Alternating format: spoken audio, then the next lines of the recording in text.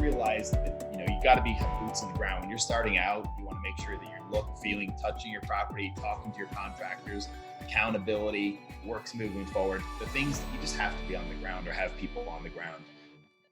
Welcome to the Bulletproof Cashflow podcast, the go-to place to gain financial freedom through real estate investing. Here we interview investors, mentors, and entrepreneurs who share their secrets and advice to help you build passive income. Let's get into the show. Hey everyone, this is Agostino. In times of economic slowdown, it's tough to even think about real estate while all this stuff is going on. And while 2008 is the barometer to measure all recessions, we have seen just how bad it can get. Today's guest has been through several market cycles and has centered many of his businesses to support entrepreneurs to navigate both good and bad economies. So since 2004, he has bought and sold over 7,000 properties, and he's an expert in leveraging real estate market cycles. This shows really, very well as he was able to fix and flip properties across the United States with a total sales volume exceeding $50 million in 2017 alone. Today, he is the CEO of Real Advisors that has many, many subsidiaries related to commercial and residential real estate that we're going to get into. But it's through these businesses that he taps into his expertise and passion for mentorship to educate others, leveraging the market cycles to grow their own real estate business. Now, with all that, I'd like to welcome Lee Kearney to our show. Hey, Lee, thanks for coming on, man. Appreciate it. Thanks for having me. Yeah, excellent. Well, before we go on, if you like what Lee has to say, you can reach him via his website at realadvisors.com. And of course, to like our content, please don't forget to leave a comment and rate the show. And finally, if you text the word freedom to 202-410-4202, you can get our free ebook, The Bulletproof Guide to Finding a Broker.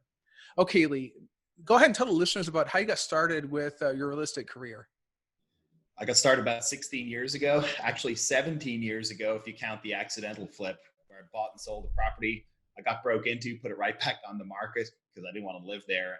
And sure enough, made a profit that exceeded my salary. So I was hooked on real estate with my first accidental deal. Moved to California. Thank goodness I tried to seek out some help because I realized that I had a lot of questions and I need to get some answers. And, so I'm very in tune with the fact when people are starting real estate that they just don't know. So you and I will talk about a note and a mortgage, for instance. There's people that don't know the difference between a note and a mortgage. They don't understand why there's two instruments. So, there's things like that I just had to ask questions. But the big question I had was, where do I buy? And so I realized early on that real estate was an acquisitions game. So found someone who said, you need to find an agent and look for like a probate deal. I remember that's what he told me because I was buying from the MLS and I was using an agent. So I just said, the only thing I want to look at is probate. So I found this old lady, realtor, to represent me. And so she only sent me probate deals. So sure enough, I found one. He told me it needed to be, I think it was around 130, 240,000. My exit was 180 to 190, possibly up to 200. So, and he told me a grid to buy in. So I looked at every probate. Sure enough, one came up, I think it was 135 or real close to it. So we put in our offer. I didn't even know what a probate was, by the way. Yeah, it was crazy. I just was so focused on buying a property. So bought the property, fixed it up, lived in it, which was a disaster. Tried to rehab electrical and plumbing, disaster. Broke a bunch of windows, trying to fix windows. Just everything went wrong. Had an antenna, almost chopped my hand off. When I pulled the pin, it was one of those really tall antennas on top of so I was on top of the roof, pulled the pin, and sure enough, like the telescope, the whole thing just slammed down. So, every mistake under the sun. I had a gangbanger on one side, a sheriff across the street. This neighborhood was just crazy. But anyway, bottom line is my coach told me, put out 50 signs. Maybe it wasn't 50, maybe it was 20. But I put out the signs the way he told me to do it, and I sat. And I remember car after car started coming. Sure enough, I got a full price offer day one. So now I'm hooked. 2 deals under my belt, over $30,000 profit each.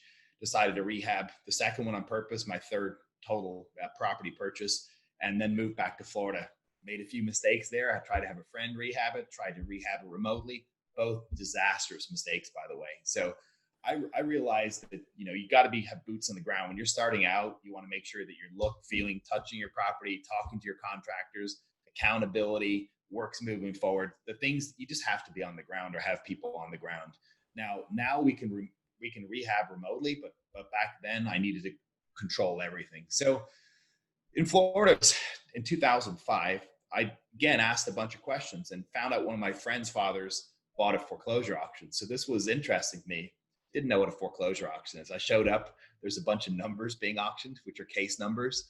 It looks like a bunch of used car salesmen and poker players had all assembled in this live auction, because that was the kind of, I could just tell that the looks were going back and forth and people knew what was going on, and I was completely outside that circle. So I sat and watched for a couple of weeks, numbers being auctioned and seeing who knew who and what was going on. And then finally a lady came up to me and she said, "Hey, are you interested in buying at the auctions?" I said, "Yeah." She goes, "I produced a book." And sure enough, the book turns numbers into addresses. So I'm thinking this is great.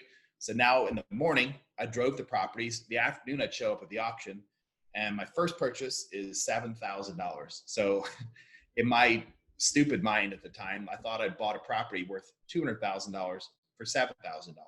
It ends up what I bought was a homeowner's lien subject to a first mortgage. Now, again, sometimes being ignorant is a good thing. So I freaked out. Found out the mortgage was, $140,000 was principal balance. Now I know that payoff could be $250, $150, or anything in between. So I actually found the guy, just Googled his number, and he was out in California. And I said, "Hey, I just bought your property here in Florida. I need to figure out what your mortgage balance is before I fund it in the morning." And so I guess the guy I came across as, not being disingenuous, and he gave me, I needed the last four of his social to log into his, I think it was BOA, was the first mortgage, or Wells or something like that. Yeah. So logged in, sure enough, payoff's 140. So it was 140 plus a 7. Then I realized I didn't even need to pay off the 140 until I closed it. So I put about 15 grand in the property, listed for 205, sold it. But yeah, my very first foreclosure was a homeowner's lien. Didn't even buy a first mortgage. So, but I just stumbled through. So I think it was a lot of tenacity, a little bit of luck. I think I was smart. The one thing I did that was smart when I look back is I asked a lot of questions, and I just try to, be nice to people and make sure that I attracted people's help instead of being a jerk. I was a new kid on the block. So quickly realized I could get a house. If I tried to buy everything, people would block you. If you get a house, you leave, it's okay, right? He's not coming back. He's not driving up prices every day. But then I started to climb the ladder and became one of the biggest purchasers at the Hillsborough County foreclosure auction. So then I said, you know what? There's only a certain amount of deals in Hillsborough. I'm going to be a trailblazer. You know what a trailblazer was in 2005, 2006?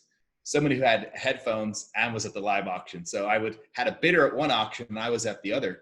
Now, when you think about technology, that's about where it got confusing, because I've got bidder yelling in my ear. I'm at another live auction. That's kind of where I got stuck. And so we bid at 2 auctions simultaneously every day, and we were able to pick up more properties. So between 2005, 2007, I'm up a couple $1 million between equity and money made. I'm up a couple $1 million. So I'm in my mid-20s. I'm thinking, man, this is good, right? I'm Midas. Everything I touch is gold, And compared to my friends who were just getting out of college, someone in $30,000, $40,000 jobs or less, or no job. In fact, I still had bleed over friends from college that would still sleep on my couch. I'm making a couple $1 million. So I'm feeling pretty good about things. That's when I made my disastrous mistake. I ignored the market. And you talked about at the beginning of this. I was rehabbing houses into a downward market in 2006 and 2007, because things actually started cooling off in 06.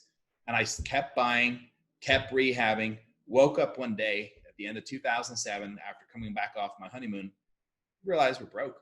Realized every closing was losing money. It wasn't just a random fluke. I mean, I was staying in budget and I still couldn't sell the houses for a profit.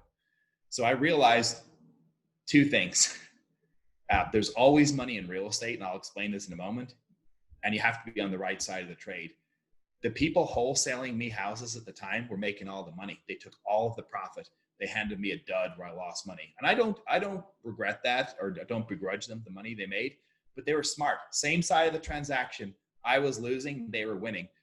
So as I was going through rebuilding in 08, which is basically doing short sales, mitigating debt, and just trying to figure out how to not fall into bankruptcy, just skated out the back door. I mean, I think maybe 10 grand, maybe 20,000 to my name from a couple $1,000,000, but basically gave everything back. And that was depressing, by the way. So for those of you who'd made a lot of money and lost, it was super depressing. But I sought out a lot of advice, and I remember one of my mentors said, just sell your way out of it. So he said, you've got two things to do. You got to sort out your debt, right? Which get that down, then you got to get your revenue up. So I committed to doing two things, like viciously going after my debt and making sure that until the last debt was paid or resolved, that I would do that. And then I said, I also got to make money, because that's what's going to get me out of the hole. All this is going to do is get me back to zero, basically, if I can do short sales and mitigate debt, but I got to start making money. So when I looked in the market, I realized wholesalers are making all the money. So I said, okay, I need to be a wholesaler. I need to be the guy selling to people like me. And therefore, no matter what the market's doing, I collect my profit today. I'm day trading real estate. And people knock wholesalers, but just like day traders in the stock market or market makers, you provide liquidity to the market. And so that's what I decided to do. I'm just going to put all of the risk on the buyer and take all of the profit today. When I say all of the profit, it was smaller profits, 5, 10 grand wholesale fee, maybe even $3,000. But I wanted to take my profit and not have the risk of the market. Now, between 2008 and 2011, as we look back, the market was choppy. It went up a little bit, went back down, because people didn't realize the foreclosures were coming in waves.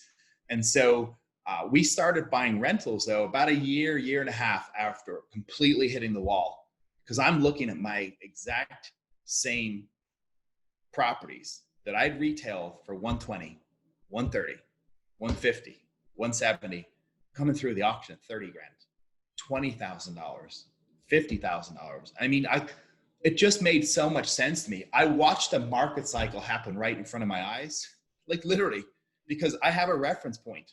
So for me, I sold for X. I can buy for Y. And Y, this is where real estate statistics, I think, are misleading, because people talk about the last cycle and they sit in this perch. And by the way, the only people saying this are the people who bought in the last 5 years, investors that have bought at market prices in the last 5 years. The only people saying this, or people who are trying to sell you a turnkey property.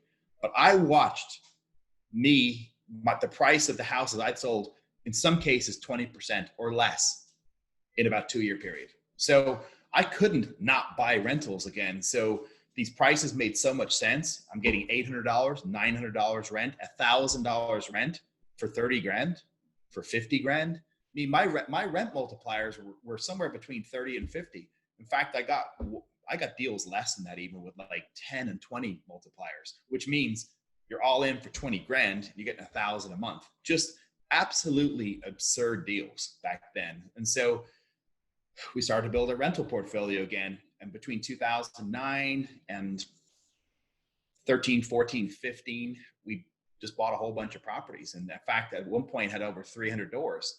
But then I looked at the graphs and I could start to see prices are up here.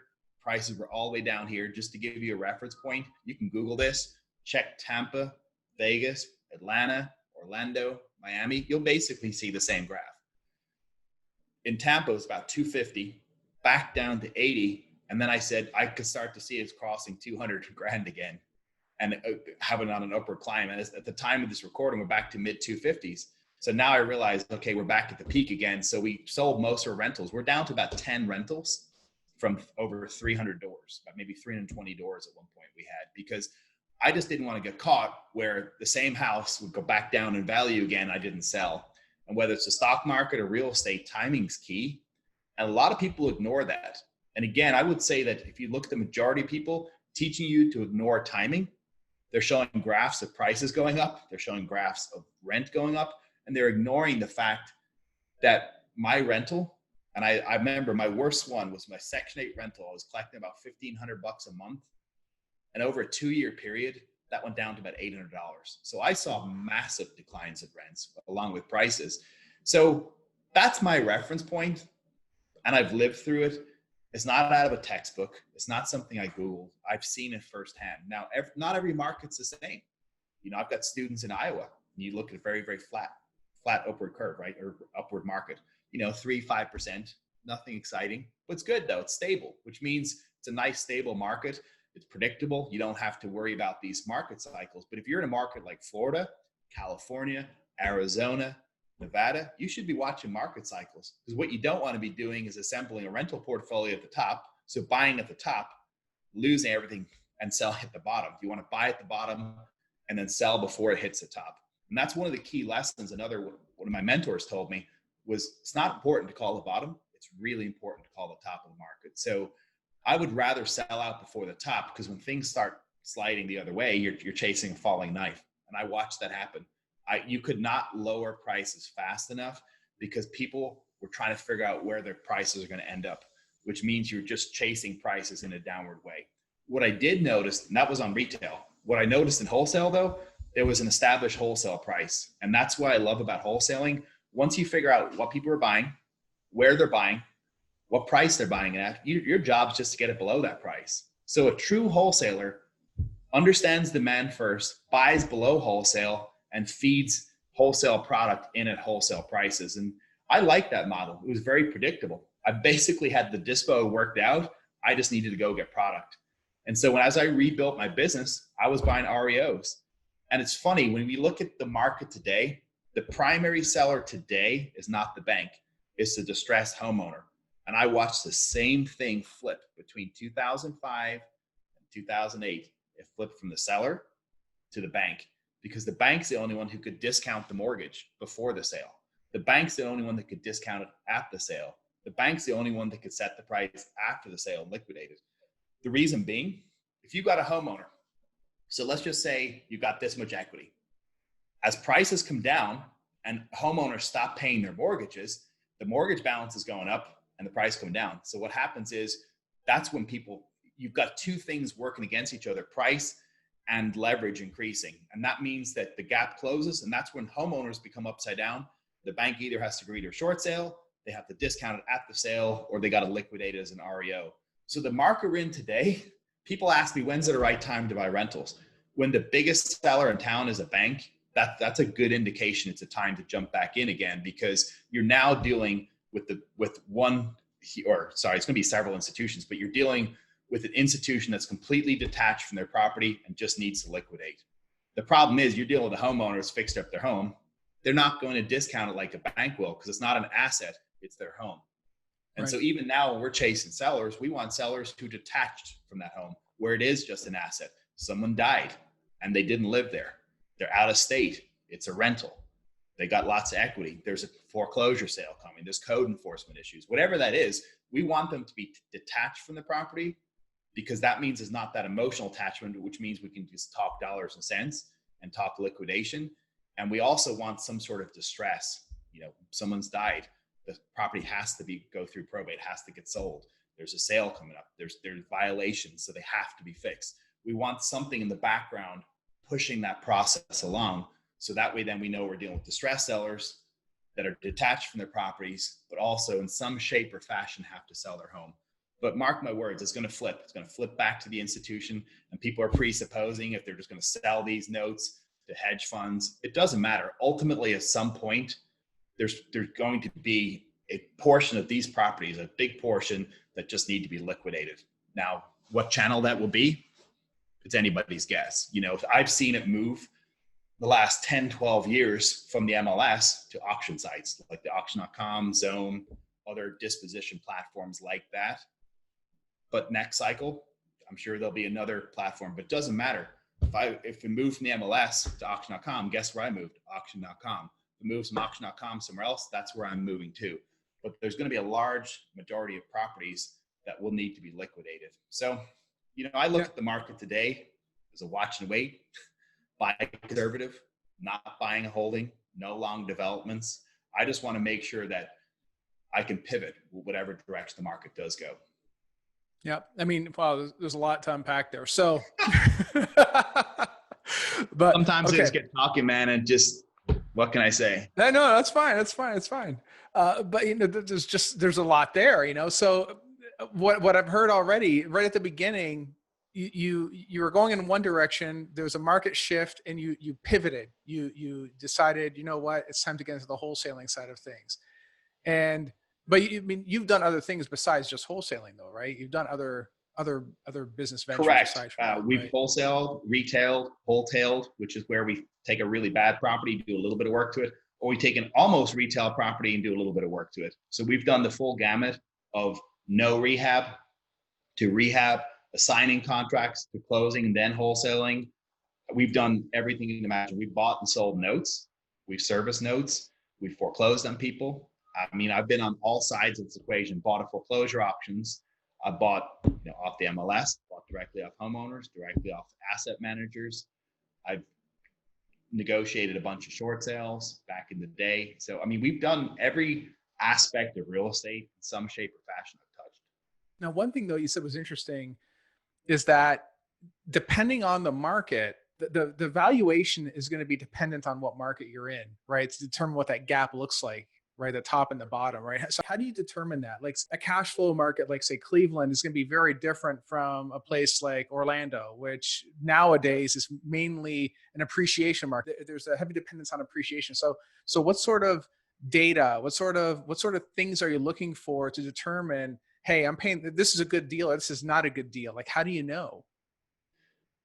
Well, I think that in some shape or fashion, if you look at individual market, just look for a graph, look for a 10-year graph, and you'll see what you'll see in Orlando is a rise and a fall and a rise back up to the top again. So that's fairly easy to determine as you look at the peaks and the valleys that you're back at the top of the market. Yeah, Cleveland now, as an example, I just purchased a 5-plex as a buy and hold there in Cleveland. So it's 5 units, 3,200, 3,500 rent, depending on exactly what rent we get, all into it for about $100,000.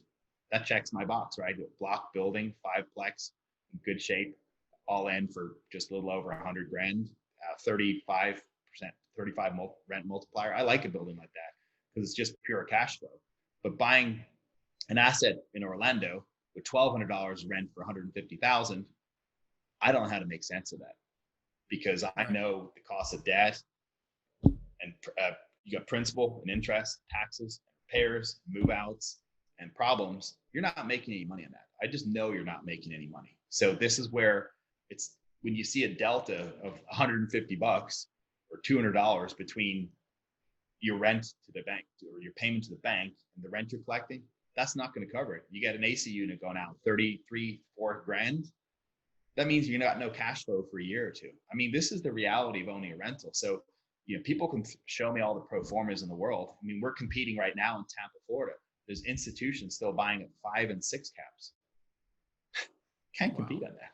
How do you compete on that? I've heard them say in better neighborhoods, they'll compete at a 4 cap. I just don't know how to compute that because my reference point is so different, but I'm also not managing billions of dollars. And I do recognize that, but still the spreads are so thin. Any kind of a movement in vacancy or repairs or rent amounts or taxes or insurance is going to crush that 4 cap, just going to crush it. And the reality of owning a rental property, year 1, it's great, right? You got a fully rehab property and a happy tenant. Year 2, stuff starts to break. Year 3, stuff starts to break. Maybe year 5, you got to put a new roof on it. Okay, now it's $10,000. You're on $100 a month cash flow. Let's talk about that. If you're truly on $100 a month cash flow, you have a $10,000 mistake or a repair.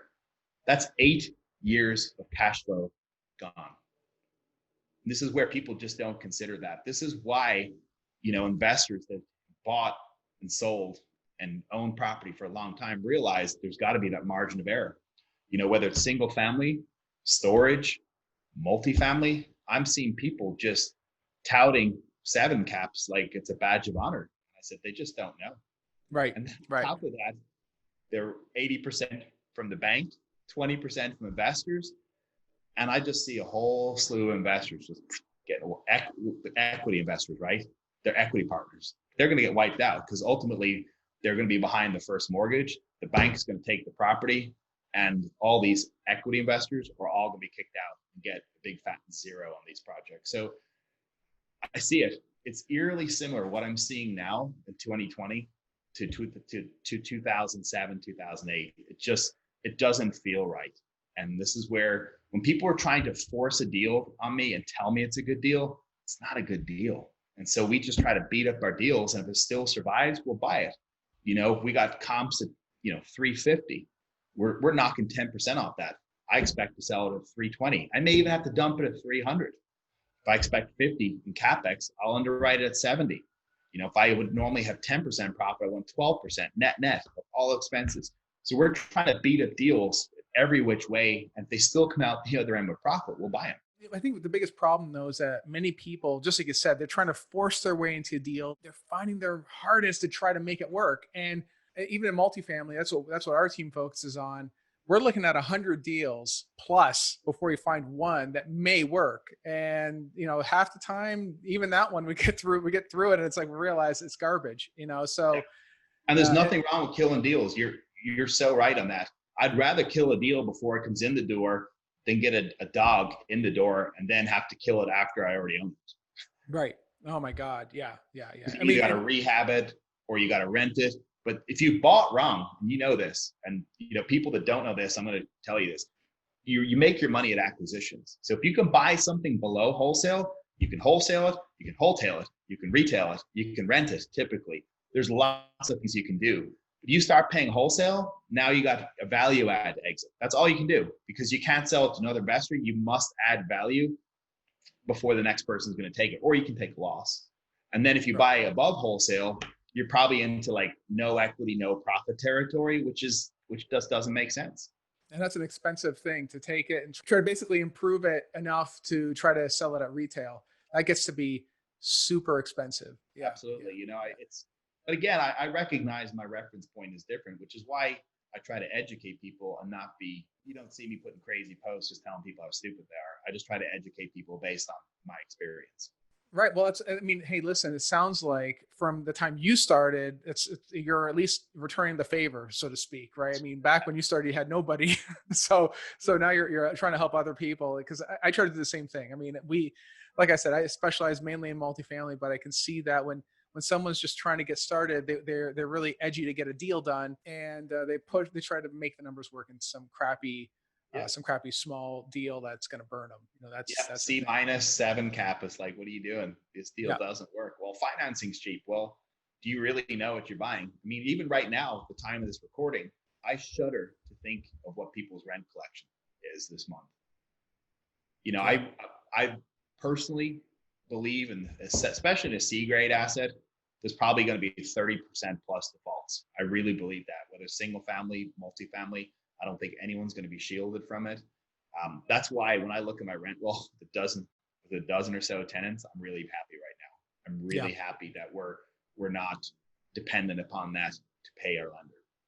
I mean, and that's the thing though too. In our space, fortunately, all of our deals are paying. We are working out like a handful of deals with payment plans with tenants, things like that. But yeah, no, hey, you're absolutely right. I mean, how much further can this go?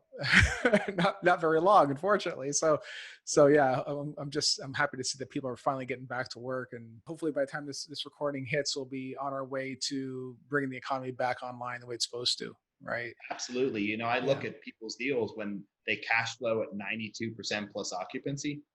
That's tough. That's really, really tough. You haven't left the margin of error there. And so, but again, people don't know. And this is where, people talk about this great transfer of wealth. It's where the next investor at the bottom comes along and says, thanks for the rehab apartment building. Thanks for the rehabbed house. Hey, builder, thanks for building me a brand new home. I mean, I cannot tell you how many new construction homes I bought that had never been lived in, fresh carpet, fresh paint, and cobwebs, as the process took 2, 3, 4, even 5 years plus in some cases, never been lived in properties. I mean, it was a bloodbath last cycle. So I certainly don't wish that, by the way. But if you take unemployment, you take what's happening with all the corporate bankruptcies happening right now, you look at the values of stocks that, like, really good, solid companies where their valuations have come way down. You look at spending contracted, consumer spending. You look at consumer confidence. You look at the manufacturing index. Everything's pointing towards a recession, which means real estate's going to feel the brunt of that. The good news for all of us is it doesn't move in days. You don't have Black Monday in the real estate market. Real estate moves in quarters, moves in trends, and the banks have done a good job, I think, buying some time here. I actually would compliment them on this. Rather than have a whole flood of foreclosures, I think giving people that 3 months break makes a lot of sense, because they can evaluate who's a borrower who's actually going to pay back, who's a borrower who's got no intention of paying. And I believe this cycle, one of the things is going to be different. So this is another prediction. Banks are going to do a better job at trying to work out deals with good borrowers that didn't make bad choices. They lost their job. You know, their entire like nest egg got knocked out because they just literally had no income for several months. You know, last cycle, a lot of unqualified people bought them day one. So as soon as the wheels fell off, there was nothing behind it. They just stopped paying, right? They just milked it, collecting rent for a couple of years or whatever they wanted to do. This cycle, you've got a whole group of borrowers that are good people, qualified borrowers that want to pay but can't pay. And I'm really hoping that the banks are going to do a good job segmenting those people, doing workout plans, modifying people in a logical way that makes sense, that want to do the right thing and stay in their home. And that's going to be good for the real estate market as a whole. So I do think that's going to be a big difference between 2008 and today. That last cycle, it wiped out all the people who shouldn't have bought. But there were fundamental problems too. I think back in 2008, there were people actually conducting fraud. I mean, there's an all-out fraudulent events were taking place. But if you would have asked anybody 3 months ago when the next recession is coming, everybody was going to say it's soon, because everybody still remembers, at least older investors like us realize, is that everybody thinks about 2008. 2008 was the epitome of terribleness, so to speak. And I think that the banks, just like I said, nowadays they're being very careful with, just like you said, doing the 3-month forbearance, giving landlords like us an opportunity to really, if we need to, an opportunity to forego the payments, which we haven't on any of our assets because we haven't needed to, thankfully. But fortunately, they are doing it for other people as well. That's great. It'll be interesting to see where all of this goes. And I don't want to claim to have a crystal ball.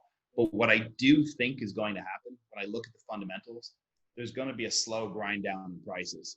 I don't know they'll come off a cliff, but if you look at the prices 2 years from now, I think they'll be lower. I do. Yeah. Is it 10%? Is it 20%? Is it 30%? Depends on the market. That's you right. got markets like Orlando, Tampa, Miami, for instance, because they're my home markets.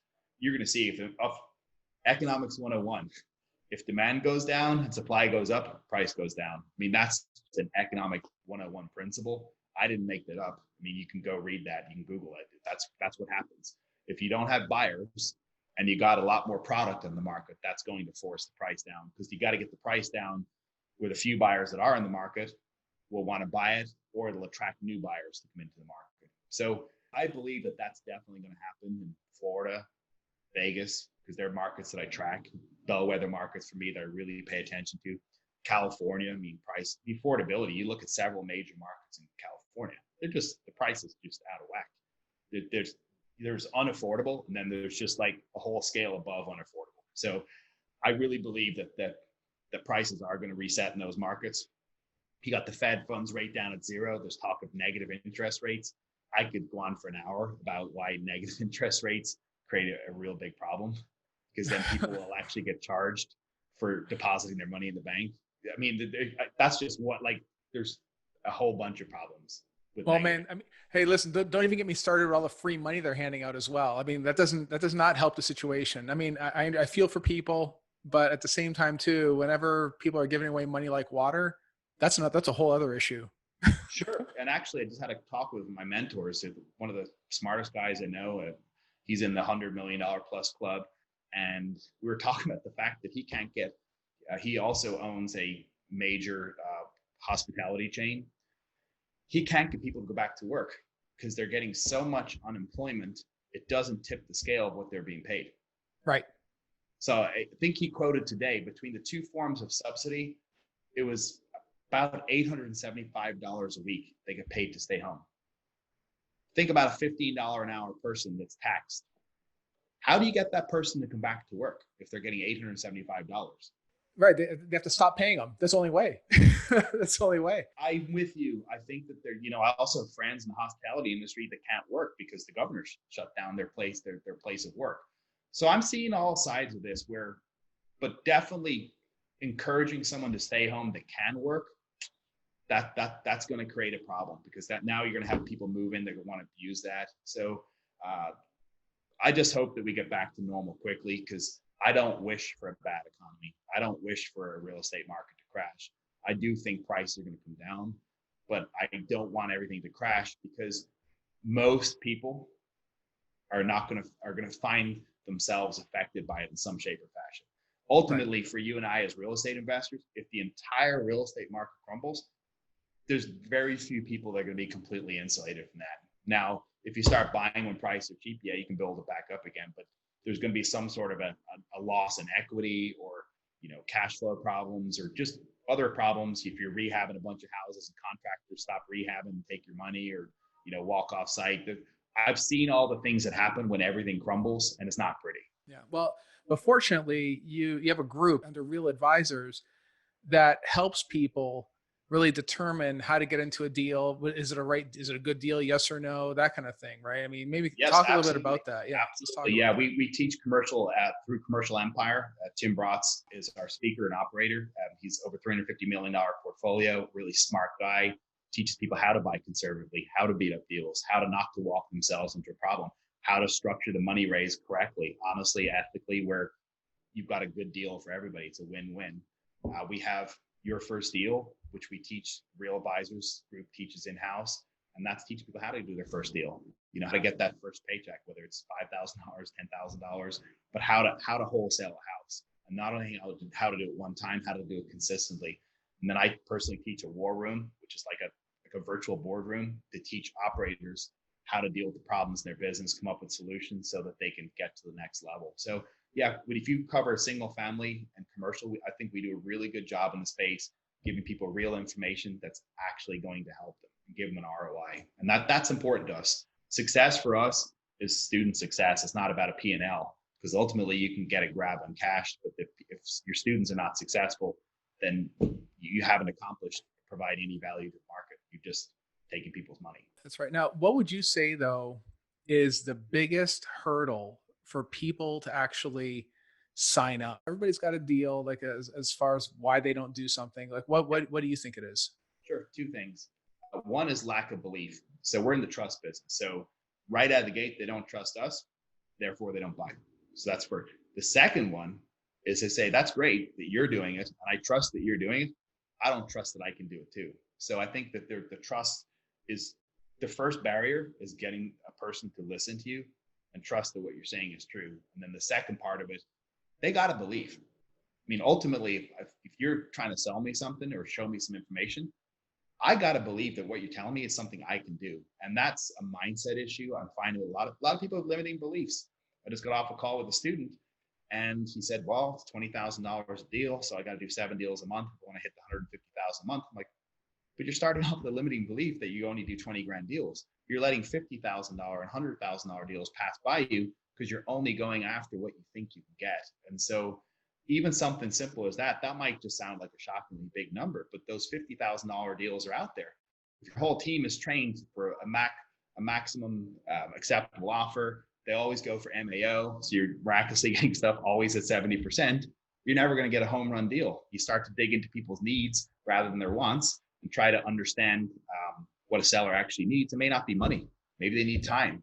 Maybe they need something else. But we found with distressed sellers that have big problems that far exceed their house, that it's not always money. They need help moving, and we can get a lot of equity by solving a problem for them, or they need a place to stay, and we'll line up the next place to stay and get them moved in, and prepay it for a year or whatever that is. I mean, there is solutions to problems, but people always want to throw money at it. So a big part in answering your question, why people don't take action, is that they'll hide behind mistrust of the operator. And in some cases that's warranted, because when you're selling info, it's almost like a bag of air, right? And there's always going to attract the wrong kind of people. But once you get past that, my job, and really what we do at Real Advisors, we try to really work on people's mindset, saying you can do this too. If you apply X, Y, and Z, the results are going to follow. You just have to be consistent, not do it one time. I have students come back to me when couldn't do my first deal. And then you find out they're not pulling lists, they're not doing any marketing, they're spending an hour a week, and they wonder why they haven't got a deal. It's because you haven't done anything. And I'm not trying to be mean, but you have to apply yourself. You have to be consistent. Your competition's consistent. You just have to be consistent and try to do a little bit better. That's it. Yeah. I mean, that's the hard part right there is really motivating them to do the work. Cause this is not an easy business. If it were easy, everybody be doing it and everybody be, millionaires, right? But it's highly rewarding. It's highly rewarding. You think about I use this example, the guy at the gas station selling dollar candy bars. You and I can do a deal, a flip, and make 20 grand. Now, again, that's profit. How many candy bars do you have to sell to make 20 grand? Right. A lot. That's right. A lot. Truly, the fact that we can move a widget from A to B and extract 10 grand, 20 grand, 30 grand, that's very unique. So I really feel like real estate as a whole, and also what's even cooler about it, you can solve a seller's problem to win. You can buy it at a price and wholesale, make money. The rehabber rehabs it, makes money. The homeowner he sells and is happy they got a fully rehabbed home. The contractor who did the work made money. Real estate's one of those unique places where there's just money. There's money all around. If you do good business, it can be a win-win-win situation for everybody. That's right. No, it's excellent. Now, how do you see the next 5 years playing out for the companies? It's going to be massive buying opportunities. I mean, true wealth is going to be created by acquiring assets at the bottom of the market. So the key is to be ready, poised, have money, and ready to be able to pounce in those deals, and be patient. Be patient to hold on them and watch value stabilize again. That's going to be key. But I think while the market's choppy, shorten your revenue cycle, wholesale, light rehabs, buy conservative, and watch and wait how things shake out. The good news is prices come down, you buy lower. Prices down, you buy lower. So you can make money on the way down. You just have to be very, very conservative. All right. Well, guys, if you want to reach out to Lee, you can reach him via his website at realadvisors.com. Thanks so much, man. I really appreciate you coming on. Thank you for having me. And if you want to reach out personally, it's Real Lee Kearney on Instagram. I'd love to connect with you there. Excellent. So go ahead and do that, guys. All right. Thank you so much for tuning in. I will see you on the next episode. Thank you for listening. We hope you enjoyed the Bulletproof Cashflow podcast.